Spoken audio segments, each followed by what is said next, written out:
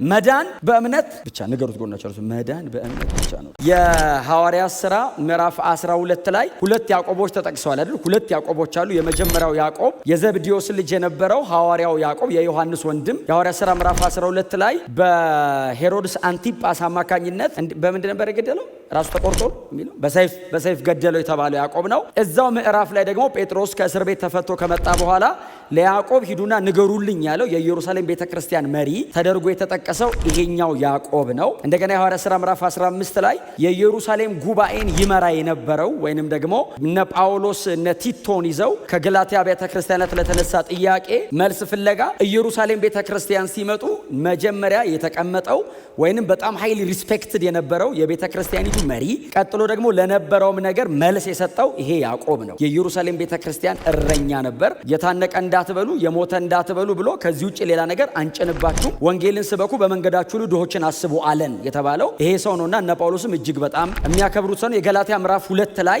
ዋነኞች ናቸው ብሎ ጳውሎስ ከሚጠቅሳቸው ማለት ፍሮንት ላይ ያዕቆብ ይልና ኬፋ ቀጥሎ ዮሐንስ ይላልና ይሄ ሰው በጣም የተከበረ ሰው ነውና የዚህ ደብዳቤ ደግሞ ጸሐፊ ነው። በእውነት በጣም ብዙ ነው ስለዚህ ሰው ልንል የምንችለው ግን በደብዳቤው ላይ ዛሬ መሰረት አድርገን ያነበብኳትን ቁጥር ብቻ እናገራለሁ። እንግዲህ እረኛ እንደሆነ ትንሽ ደብዳቤው የሚያስታውቅ ነገር ይመስላል። የቤተ ክርስቲያን እረኛ እንደሆነ የሚያስታውቅ ይመስላል። ምክንያቱም ደብዳቤው በጣም ፕራክቲካል ነው። ከሚያገኛቸው በየዕለቱ ከሚያያቸው አብረውትም ከነበሩትና በተለያየ ስፍራ ደግሞ ተበትነው ለነበሩ ቅዱሳን እምነት ብቻ እንዳትሉ፣ ይሄ እምነታችሁ በስራ መገለጥ አለበት፣ በስራ መረጋገጥ አለበት። በክርስቶስ ኢየሱስ አምናችሁ መዳና ምንም ጥያቄ ውስጥ የሚገባ አይደለም። ይሄ እምነት ግን ደግሞ በምትኖሩት ኑሮ በምታደርጉት ነገር በየዕለት እንቅስቃሴያችሁ መታየት አለበት የሚል በጣም ጠንካራ አይነት ነገር ይጽፋልና ጄምስ ዘ ጀስት ነው የሚሉት፣ ራሱ ሲጠሩት ጻድቁ ነው የሚሉት። በጣም ቀጥተኛ አይነት ሰው ነው። ምንም አይነት ኮምፕሮማይዝ እንደማያደርግ ደብዳቤው ላይ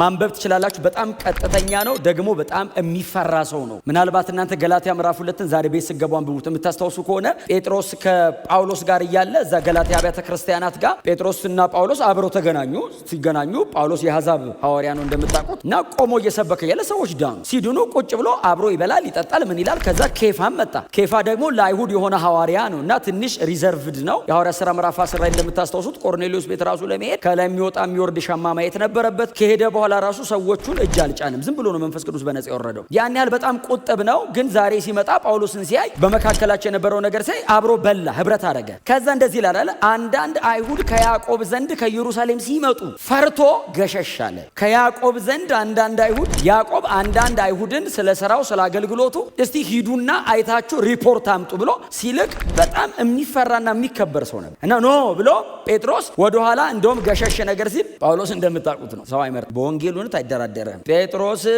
ግብዝ ሆኖ አገኘሁት። ከኛ ጋር ሲሆን በላ። ከዛ ደግሞ ከያዕቆብ ሲመጡ ወደኋላ ገሸሽ ነገር አለ።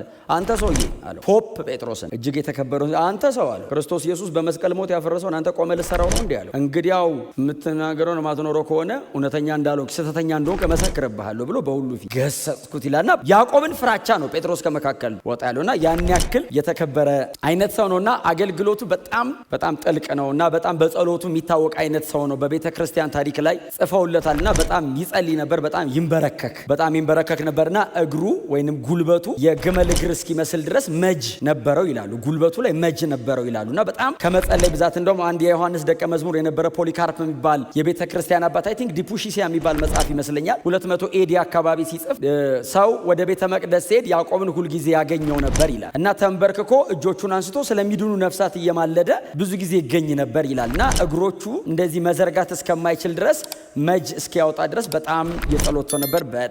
በጣም ብርቱ ነው ያስታውቃል ደብዳቤው እና ኢየሩሳሌም ከተማ ነው በወንጌል ምክንያት የሞተው ተብሎ ይታመናል። እንደውም በጣም ፎር ዩር ሰርፕራይዝ እንድታነቡ ነው በእውነት አንዳንድ ነገር የምነግራችሁ። ቤተ መቅደስ አናት ላይ ይዘውት ወጥተው ወደ ታች ወረወሩት እና ሲወረውሩት ወድቆ አልሞተም። ከዛ ወግረው ገደሉት። የድሮ ሰው ለምንድን ነው ያልሞተው አይልም። ተረፋው በድንጋይ ወገረው ብለው ወግረው ገደሉ። በወንጌል ምክንያት የተሰዋ አይነት በጣም ታላቅ የቤተ ክርስቲያን አባት ነውና ይሄንን ደብዳቤ ይጽፋል። ይሄ ደብዳቤ ገላትያ እንደምታውቁት ከአዲስ ኪዳን መጽሐፍት መካከል መጀመሪያ ከተጻፉት 2 መጽሐፍት መካከል አንዱ ነው አይደል? ምናልባት አንደኛ ተሰሎንቄ ከቀደመ በመጽሐፍ ደረጃ ገላትያ ሁለተኛ ይሆናል። ብዙ ጊዜ ግን ገላትያ የመጀመሪያ ነው ተብሎ ይታመናል። 43 ኤዲ አካባቢ ስለተጻፈ ወንጌላት ሳይጻፉ ምንም አይነት የአዲስ ኪዳን መጽሐፍ ሳይጻፍ ቀድሞ የተጻፈው ገላትያ ነው። የገላትያ ደብዳቤ ደግሞ እንግዲህ የአዲስ ኪዳን ጸሐፊያን እጃቸውን የፈቱት በገላትያ ነው ማለት ነው። የመጀመሪያ የአዲስ ኪዳን ቅዱስ መጽሐፍ የተጻፈው ገላትያ። ከዛ ነው ሌሎቹ ወንጌላቶቹ፣ ደብዳቤዎቹ ሌሎቹ በሙሉ ተደራራቢ ሆነው የተጻፉልና የገላትያ ደብዳቤ እና ጳውሎስ እንደዚህ ያለ አገሩን በሙሉ አሳበደው። አገሩ በሙሉ መዳን በእምነት ነው፣ መዳን በእምነት ነው፣ ስራ የሚባል ነገር የለም፣ አያስፈልግም ምናምን ብለው በቃ አገር ምድሩ በሙሉ እምነት ብቻ ነው፣ ስራስ አያስፈልግም የሚል ባላንስ የሳተ ነገር ህዝቡ መሃል ገባ። ጳውሎስ እንደሱ አይነት ትምህርት የለው፣ መዳን በእምነት ብቻ ነው፣ ትክክል ነው። እውነተኛ እምነት ግን ስራን ገንዘቡ ያደርጋል። ይሄ የጳውሎስ ስብከት ነው፣ የሁል ጊዜ ስብከቱ ነው። ሌሎች ደብዳቤዎችን ማንበብ እነ ተሰሎንቄን ሲጽፍ የእምነታችሁ ስራ፣ የፍቅራችሁ ድካም እና የተስፋችሁ ጽናት፣ እነዚህ በሙሉ አምኛለሁ የሚለው ብቻ ሳይሆን እምነቱ በስራ ፍቅሩ በድካም ተስፋው በጽናት ይታያል። የጳውሎስ ትምህርት ሙሉ ነው፣ ግን ጫፉን ይዘው እየሮጡ ሲያስቸግሩ ለጳውሎስ ደብዳቤ የተጻፈ ባላንስ ነው ይሉታል። የያዕቆብ ደብዳቤ ያዕቆብ ደግሞ አዎ መዳን በእምነት ነው ይላል፣ ግን ደግሞ ይሄኛው እምነት ስራን ገንዘቡ ያደርጋል። በስራ የተገለጠ ነው የማይኖር እምነት። እሱን እምነትማ ይልና እዚህ ደብዳቤ ላይ ሰይጣንም ያምናል። የሰይጣን እምነት የሚባል ትምህርት ነው ያላቀ። ያዕቆብ ግን ምን አለ? እንደዚህ አይነት እምነት አጋንንትም ያምናሉ አለና እንደውም ይንቀጠቀጣሉ፣ ግን ምላሽ የለውም፣ አይኖርም፣ ግን ወደ ጽድቅ ግን አይመጣም። ኢየሱስን ወደ መምሰል መቼም ሰይጣን አይመጣም። አሜን ብሏ። ምንም እድል የለውም። እሱም አይፈልግም፣ እግዚአብሔርም ጥሎታል። አጋንንትም ይሄንን እምነት አንተ የምትለኝን አይነት እምነት ያምናሉ፣ ቀጥሎ ይንቀጠቀጣሉ። አንተ ከዚህ የዘለለ እምነት ያስፈልግሃል ይልና አጠገብ ያለ ወንድም ራቁቱን ብታየው እሳት ሙቅ ብለው ብትሄድ በክርስቶስ ኢየሱስ አምኛለሁ ብትለኝ የቱ ጋር ነው እምነትህ? አጠገብ ያለ ወንድም ተርቦ አንተ ጠግበህ እየዋልክ እያደርክ አጠገብ ላለ ወንድም ጌታ ይረዳሃል ብለው ብትሄድ ፕራክቲካል ሁኑ ይላል። በጣም ቀላል አይደለም፣ ግን እውነት ነው። እና ያዕቆብ ሁሌ አለ።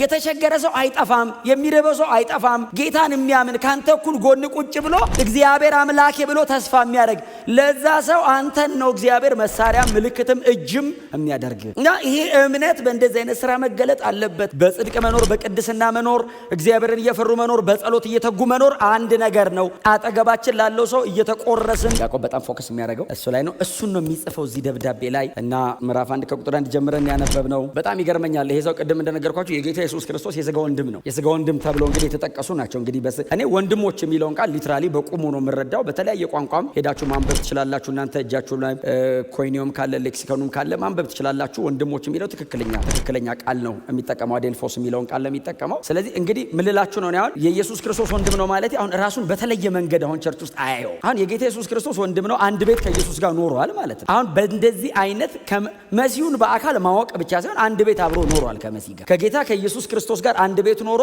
ጌታ ኢየሱስ ክርስቶስን ግን ሲጠራው የእግዚአብሔርና ይልና የጌታ የኢየሱስ ክርስቶስ ባሪያ ይላል ራሱ። በጣም በተለየ አይነት መንገድ እሱና ኢየሱስ ግንኙነት እንዳላቸው በደብዳቤውም ላይ ሜንሽን አድርጎ አያውቅም። በሐዋርያት ሥራም ላይ እሱ በተጠቀሰበት ቦታ የኢየሱስ ክርስቶስ ወንድም ነኝ አላለ። ራሱን ሰሚት አድርጎ የእግዚአብሔርና የጌታ የኢየሱስ ክርስቶስ ባሪያ ያዕቆብ። በጣም ትንሽ ብርሃን ሲያገኘን እኮ እኛ የምንሆነው ነገር አለ። ይሄ ሰውዬ መሲህ ጋር አንድ ቤት ኖሮ አንድ ላይ አድጎ 30 ዓመት ሙሉ ኢየሱስ የኖረበት ቤት ውስጥ አብሮ ከኢየሱስ ጋር ኖሮ የ12 ዓመት ልጅ ሆኖ ኢየሱስን ያውቀዋል። የ20 ዓመት ወጣት ሆኖ ኢየሱስን ያውቀዋል። የ30 ዓመት ልጅ ሆኖ ከዛ ቤት ሲወጣ ኢየሱስን ያውቀዋል። እስከ 30 ዓመቱ የኖረው እዛ ቤት ነው። አብሮ እያንዳንዱን እድገት ከማርያምና ከዮሴፍ እኩል ያየ ሰውዬ ምንም የተለየ ፕሪቪሌጅ ቸርች ውስጥ አያመጣም። እሱ ኖርማል ከሆነ እኛማ ኖርማል፣ እሱ በጣም ስፔሻል ነኝ ካላለ የኢየሱስ ክርስቶስ እንደም የኢየሱስ አይደለም የጌታ ኩሪዮስ ነው የሚለው ኢየሱስን። እኛ ቤት የኖረ አይደለም የሚለው ከሰማይ እኛን ለማዳን የወረደ ጌታ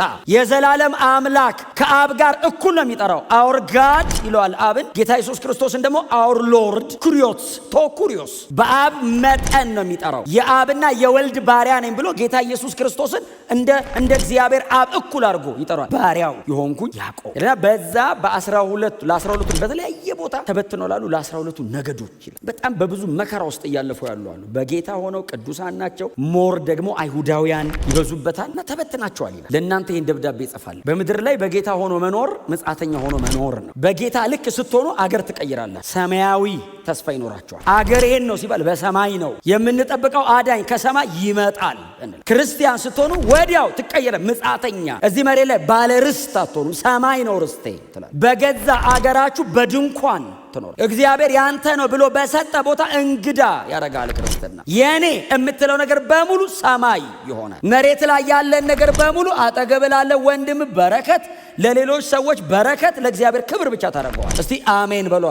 እና እንግዶች ናቸው። በተለያየ ቦታ ተበትናቸዋል። በልዩ ልዩ መከራ ውስጥ እያለፋችሁ ለእናንተ ይህንን ደብዳቤ እና ቁጥር 2 ላይ ወንድሞች ሆይ ልዩ ልዩ መከራ ሲደርስባችሁ እንደ ሙሉ ደስታ ቁጠሩት። አይ ቲንክ ይጋጭ መከራና ደስታ። ወንድሞች ሆይ አለ። አቤት ይላሉ ቅዱሳን ናቸው። ከያዕቆብ ደብዳቤ መጥቷል ሲባል ዝም ብላችሁ ሳሉት። እንግዲህ እነ ጴጥሮስ እነ ጳውሎስ እነ ዮሐንስ በጣም የሚያከብሩት የተከበረ ሰው ደብዳቤ ልኳል። ወንድሞች ሆይ ልዩ ልዩ መከራ ሲደርስባችሁ እንደ ሙሉ ደስታ ቁጠሩት። መከራና ደስታ በጣም ዳርና ዳር የቆሙ ነገሮች ናቸው። በሰው ሕይወት ላይ ክርስቲያን ሆኖ መሬት ላይ ሲኖር መከራ ኮመን ነው። ትራያልስ ኮመን ናቸው። ብዙ ጊዜ መከራዎች በሰው ሕይወት ላይ የሚያመጡት ነገር አለ። መጮህ፣ ማልቀስ፣ ማማረር፣ ኡኡ ማለት፣ ፌንት ማድረግ፣ አልቻልኩም ዝርር ማለት። ያዕቆብ እንደዚህ ይላል፣ ልዩ ልዩ መከራ ሲደርስ እሺ ምን እናርግ ሲሉ እንደ ሙሉ ደስታ ቁጠሩ። በመከራውና በደስታው መሃል በጣም ሰፊ ገደል አለ አይደል? የምታልፉበት መከራ አለ። አዎ እንደ ልዩ ልዩ ደስታ መቁጠር አለ። መሃሉስ እግዚአብሔር በሚያሳልፋችሁ ይሄ ማለት ባይዘው ሆሊ ትራያልስ ናቸው፣ ቅዱስ መከራዎች። ከቁጥር 13 በኋላ ለክፉ መከራ ቴምፕቴሽንስ፣ በጣም ክፉ የሆኑ ኢቪል የሆኑ አሉ። እስከ ቁጥር 13 ድረስ ያለው ግን እናንተን ለማጥራት በእናንተ ሕይወት ላይ ያለውን የእግዚአብሔርን በጎ የሆነ ነገር ለማድመቅ የሚመጣ ነው። በምታልፈው መከራ ውስጥ እግዚአብሔር በእኔ ሕይወት ላይ ምንድን ነው ዓላማው ብለህ መጠየቅ አለ። ልክ ያ ነገር ወደ ሕይወት ሲመጣ ማስወጣት አትችልም፣ ማባረር አትችልም፣ ከሕይወት ላይ መቀነሳት። በጾም ጸሎት የማይቀሩ መከራዎች ጾመ ጸልየ ልቀቅ ሂድ ብለህ 3 ቀን ጾም ጸሎት ገብተህ ስትወጣ ከ3 ቀን በፊት ካቆምክበት ይቀጥላል፣ አይቀየርም። እውነቴን ነው የምነግራችሁ፣ ስለምወዳችሁ ነው እውነት የምነግራችሁ። አንዳንዴ የሆነ ነገር ሲመጣ ወደ ህይወታችን ጸልየን ለማስቀየር እንታገላለን። የሚቀየር ነገር አለ። እንደ እግዚአብሔር ፈቃድ ያልመጣ ከሆነ ስትጸልይ ታልፈዋል። እግዚአብሔር በእናንተ ውስጥ የተቀመጠውን እንደ ወርቅ ነጥሮ የሚወጣውን እምነት ለማድመቅ የሚልከውን መከራ ግን በውስጡ በትዕግስት ጨርሰ እግዚአብሔር በአንተ ውስጥ ያስቀመጠውን የከበረ ነገር ማውጣት ነው።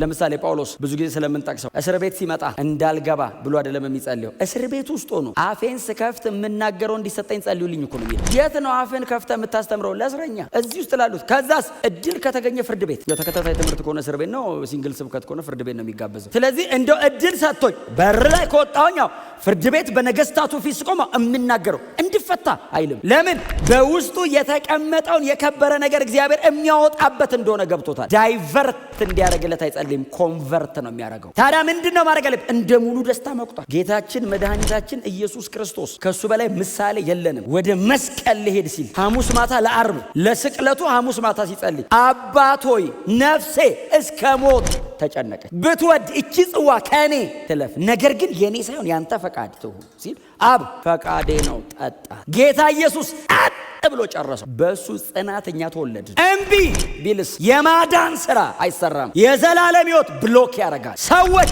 ከድቅድቅ ጨለማ ወደሚደነቅ ብርሃን አይሻገሩም። ሰይጣን ማዕረጉ አይቆረጥም። ጌታ ኢየሱስ ክርስቶስ ለዚህ በጣም ምሳሌያችን። የመከራ ናዳ እላዩ ላይ ሲመጣ ጸጥ እያመሰገነ ዕብራውያን 12:2 እዚህ ይላችኋል። ከፊቱ ስላለው ደስታ በመስቀል ታግሶ በሰማያት በግርማው ቀኝ ተቀምጧል። መስቀል መከራ ነው ለማለት ይከብዳል። መከራ የሚለው ቃል ያንስብኛል። ምክንያቱም ሁላችንም የሆነች ነገር የጎደለበትም መስቀል ላይ የሞተም እኩል መከራ ይሆን። መከራ የመስቀሉ ትንሽ ከመከራ ያለ ጣር ነው። ጣር ውስጥ ሆኖ ይደሰታል። ለምን?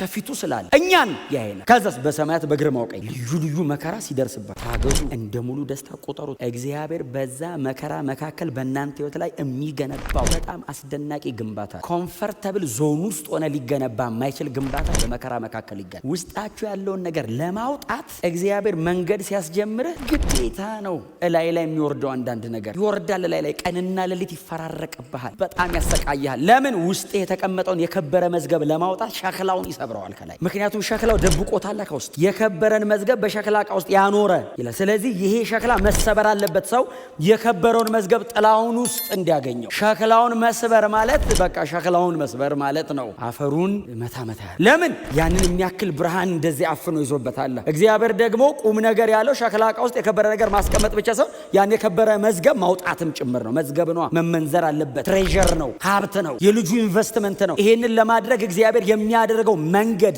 የሚያደርገው ጉዞ ላይ የሚያመጣው ሲቃይ አይደለም። ለዛ ነው መጨረሻውን ስታየው የከበረውን ነገር ማውጫ ስለሆነ እንደ ደስታ ቁጠረው። መከራ እኮ ነው ያዕቆብ ሲሉት ውስጥ የተቀመጠውን የከበረ ነገር ማውጫው ነው። ታዲያ እንደ ደስታ ቁጠር። መሃል ላይ ያለችዋን ነገር በትዕግስት ለፏት ይላል የሚቀጥለው ቁጥር ላይ ቁጥር 3 አይደል እንደሰለ ምንም የእምነታችሁ መፈተን ትዕግስትን እንዲያደርግላችሁ አውቃችሁ አይደል የሚለው የእምነታችሁ መፈተን ትዕግስትን እንዲያደርግላችሁ አውቃችሁ። የእምነታችሁ መፈተን ትዕግስትን እንደሚያስገኝ ታውቃላችሁ። ትዕግስትን እንደሚያደርግላችሁ እንደሚያስገኝ የእምነት መፈተን አሁን በመከራ እምነት አይመጣም። መከራ እምነትን መፈተኛ ነው። ትዕግስት ግን ያመጣል። ትዕግስት ሁሌ ዲስከቨር የሚደረገው እምነትና መከራ መሃል ያለው ጥምረት ትዕግስት ያወጣል። እምነት የሚመጣው በሮሜ 10:17 መሰረት እምነት ከመስማት ነው፣ መስማትም በእግዚአብሔር ቃል። የእግዚአብሔር ቃል ላይ ያላችሁ አንደርስታንዲንግ ያላችሁ ትረስት ነው እምነት የሚያመጣ። የእግዚአብሔር ቃል ሲበራል እምነት ይፈጠራል ውስጥ። በእግዚአብሔር ቃል ነው እምነት የሚፈጠረው። መከራስ እምነትን ይፈትነዋል። እምነት በእግዚአብሔር ቃል ይመጣል፣ እየጠራ የሚወጣው ግን በመከራ። መከራው ግን ትዕግስት ያስ አንድ ትዕግስት ማለት ምን ማለት ፖፖሜኖ ነው የሚለው የግሪኩ ቃል። ፖፖሜኖ ማለት ሪሜን አንደር ማለት ብለ መቆየት። ትዕግስት ማለት እሱ ነው። ተሰር ቀና አለ ማለት እስኪጨር ሪሜን። እስቲ አሜን በሉ። ብዙ ጊዜ ሰው ታጋሽ ነው ቃል ጎናቸው ያለው ታገስ በጣም ነው የወደድኩት ቃል ፖፖሜኖ የሚለው ቃል ሪሜን አንደር። እኔ ገባኝ ሆነ የምታልፉበት መንገድ አለ እንደ ክርስቲያን ይገባል። መልስ ስትሰጥ የሚያስብል በለው ኃይልን አሳይ ይልሃል መጽሐፍ። ሪሜን አንደር እስቲ አሜን በሏ። ጌታ ኢየሱስ ታገሰ የሚል ቃል አለ። ታገሰ ዝቅ አለ እየቻለ። አንተ የኢየሱስ ጸጥታ እኮ ጴጥሮስን ተፈታትኖታል ሰይፍ እስኪመዝ። ኢየሱስ ዝም ባይል ጴጥሮስ ከየት ያወጣዋል? የኢየሱስ ጸጥታ የገለጣቸው እኮ ናቸው እኮ ጴጥሮስ። አንተ ጸጥ ስትል አንዳንዱን ወደ ብርሃን ታወጣዋል። ጴጥሮስ ምን ሆነሃል ጴጥሮስ? ታዲያ ሳይመልሰሰት በጣም ጸጥታው አልበዛም? መጽሐፍ ሲናገሩ እኮ ምንድነው ጲላጦስ በጸጥታው እስኪገረም ምንድነው ያወራል? ጸጥ ዲፕ ነው ሳይለንስ። ጸጥ ወደ ውስጥ ነው ጸጥ ያለው ኢየሱስ። አፉ ብቻ እንዳይመስል ልቡ አይመልስም። መጽሐፍ እኮ በልቡ አልተገኘበትም ነው። አፉ እንዳይመስል የማይዝተው ልቡ አይዝትም። አፉ እንዳይመስል እበቀልሃለሁ ማይል ልቡ አይበቀል። ከውስጥ ወደ ውጭ ነው ጸጥታው። ዲፕ ኢንሳይድ ትዕግስት ሪሜን አንደር ኦዩዞ ትዕግስት በእናንተ ስራውን እንዲፈጽም እምነታችሁ ሲፈተናው የት ነው ትዕግስቴ? ስጸልይ በሰው መካከል ስኖር ትዕግስት እግዚአብሔር ቼክ ያደርጋል። እግዚአብሔር ምን ያህል እምነት አለህ ብሎ አይደለም የሚፈትን። ያንተን የእምነት መጠን እግዚአብሔር ያውቀዋል። በመከራው ስታልፍ አንተ እምነት ምን ያህል እንደሆነ ይገባሃል። የሚያዩ ሰዎች አንደርስታንድ ያደርጋሉ እምነት ምን ያህል እንደሆነ። እግዚአብሔር ያውቃል። እግዚአብሔር ለማወቅ አይደለም ቼክ የሚያደርግህ አንተን። የተቀመጠው የከበረ ነገር እንዲወጣ ነው ቼክ የሚያደርግህ። ስትሰባበር ግን መንገዱን እንዳታረዝመው ጸጥ በል። በ14 ቀን የሚያልቅ መንገድ የ40 ዓመት ሆኖ በኋላ መከራው መሃል እድሜ እንዳያልቅ ከፊት የተቀመጠ ሌላ ብዙ ክብር እያለ እየተሰቃየ አላልቅ ብለህ እድሜ ያልቃል። ትዕግስት በእናንተ ስራውን ይፈጽም። የሚቀጥለውን ቁጥር የሚቀጥለውን በእውነት ምርጥ ነው። በእውነት ደግሞ ለእናንተ እምነት በእግዚአብሔር ቃል የሚመጣው ይህን ሚስ እንዳታረግ። እምነት ሁሌ የሚመጣው በእግዚአብሔር ቃል